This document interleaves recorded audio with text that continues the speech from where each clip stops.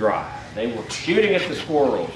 Beauregard is having palpitations, apoplexy of the heart. And General Johnston's trying to calm him down and keep his own demeanor calm, and he is a great general. He's the highest ranking officer on either side of the war. And he'll tell you that sad news later. But they're trying to keep their men from giving away their position. Well, I knew they were there. Make no mistake, I knew they were there. There's some critical issues before I let General Johnston have his say. I was here at Cherry Mansion. In fact, General C.F. Smith died here. Remember I told you that General Halleck put General C.F. Smith in command over me and relieved me. General Smith was here. He slipped on a boat and skinned his shin, stepping from one boat to another, and was brought here, and he went septic, blood poisoning, and died a few days after the Battle of Shiloh. And he died in one of those upstairs bedrooms. And it's the room backing up, I believe, to my bedroom that I used when I was here. But Smith is here. I'm waiting on Buell. Now, Buell is under orders to report to me here in Savannah, Tennessee. He knows where my headquarters is, and besides that, it wouldn't be hard to find me, would it? So I'm waiting on Buell. Comp's got the troops drilling at Pittsburgh Landing. General Johnston and General Beauregard, General Bragg, General Hardee, everybody who was anybody in the Confederate Army was involved in the battle at Shiloh. Read about it and you will be astonished to see who all was here. The best and the brightest of the Confederate Army was here. And that's why I'll tell you, I thought I knew we would prevail. They're moving upon me, and on the morning of April 7th, Sunday morning, which makes it even more unusual that an attack is made on Sunday.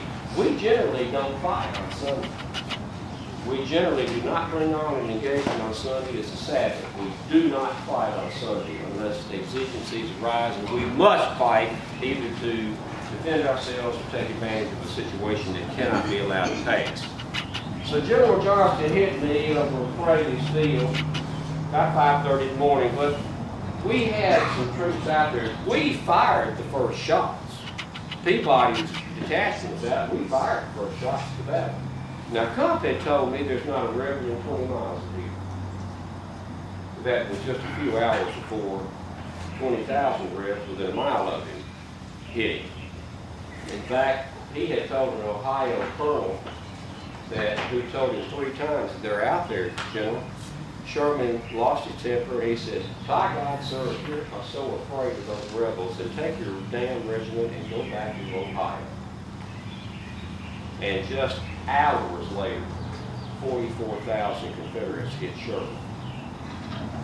So he attacked me while I'm waiting on Buell. I found out that Buell had gotten here the night of the 5th. The night before. He was in Savannah, but had not bothered to tell me or report to me that he was here in Savannah. We had a discussion about that. The battle raged back and forth all day on Sunday rather, the 6th. And by about 4 or 5 o'clock in the afternoon, we had our last line of defense. And Colonel Webster arrayed the artillery, and we nearly had our boots in the water of the Tennessee River.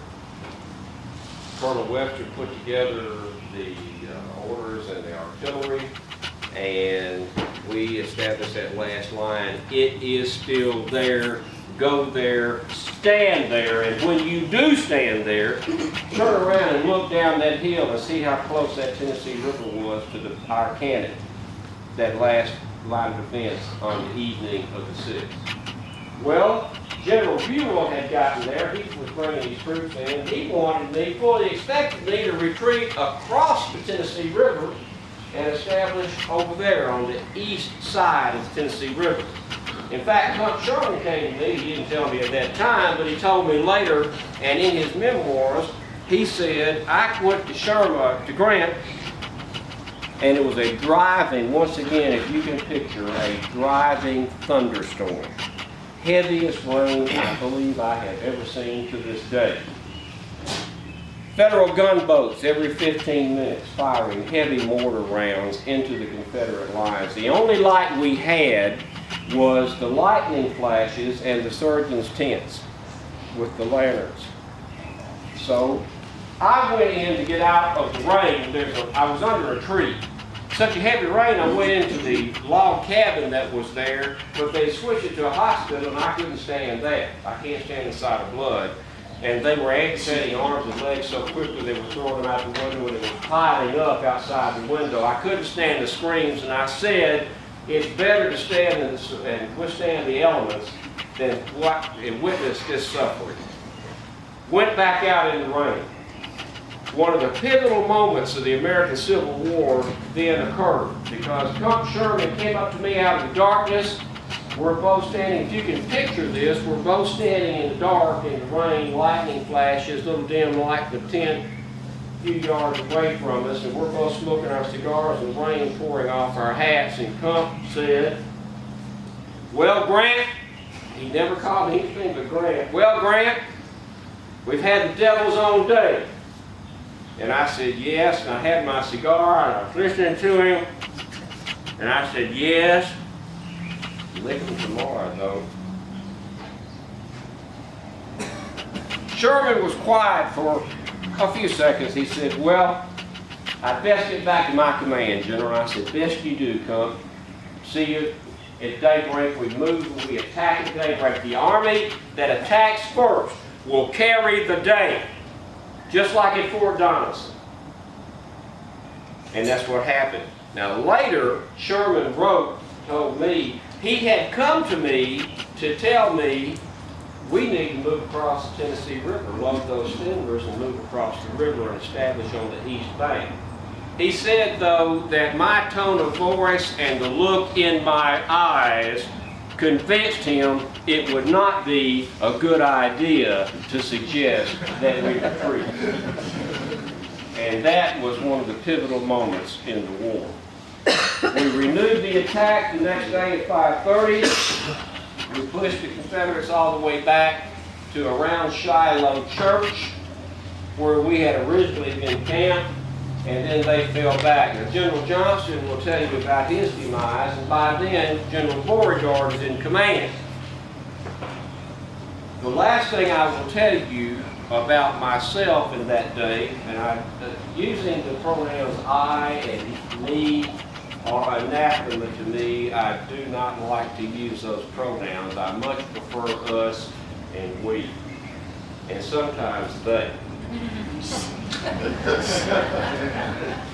But occasionally, particularly in this situation, I am compelled to use I and me, and I beg your indulgence. But the afternoon of the second day, I was with Colonel Hawkins, my quartermaster, and with Lieutenant Colonel McPherson, my combat engineer. And I led my last charge. And I was almost shot myself.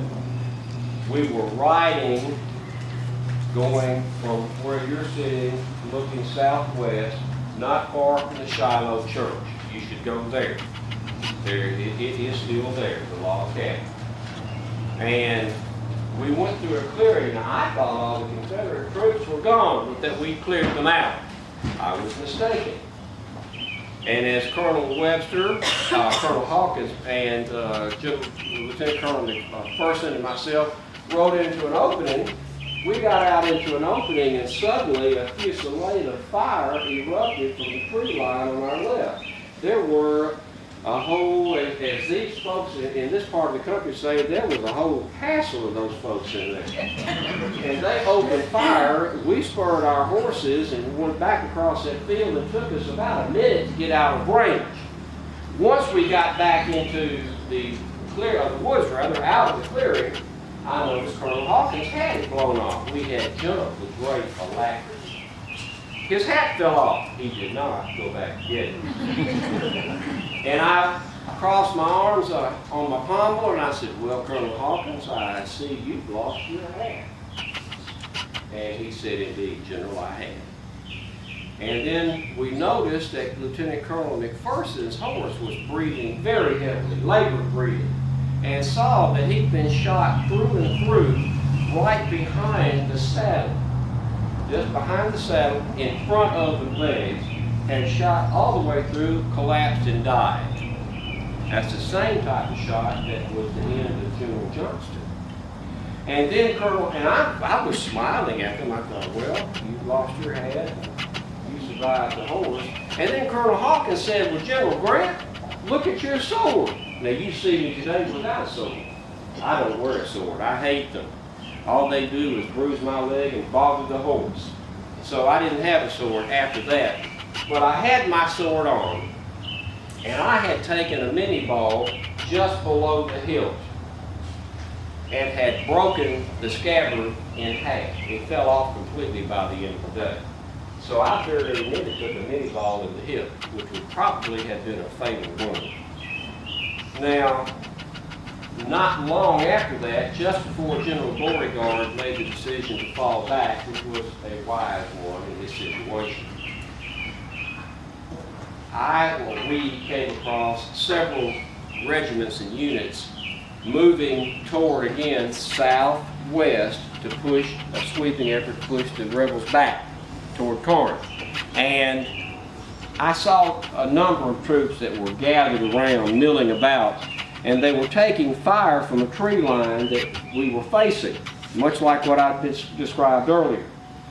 I organized them, got them in line, put them together, got in front of them, and rode my horse in a charge going toward that Confederate tree line. I stayed in front of them because I've emphasized to you enough, I believe, none of these men knew what they were doing. And they were scared to death.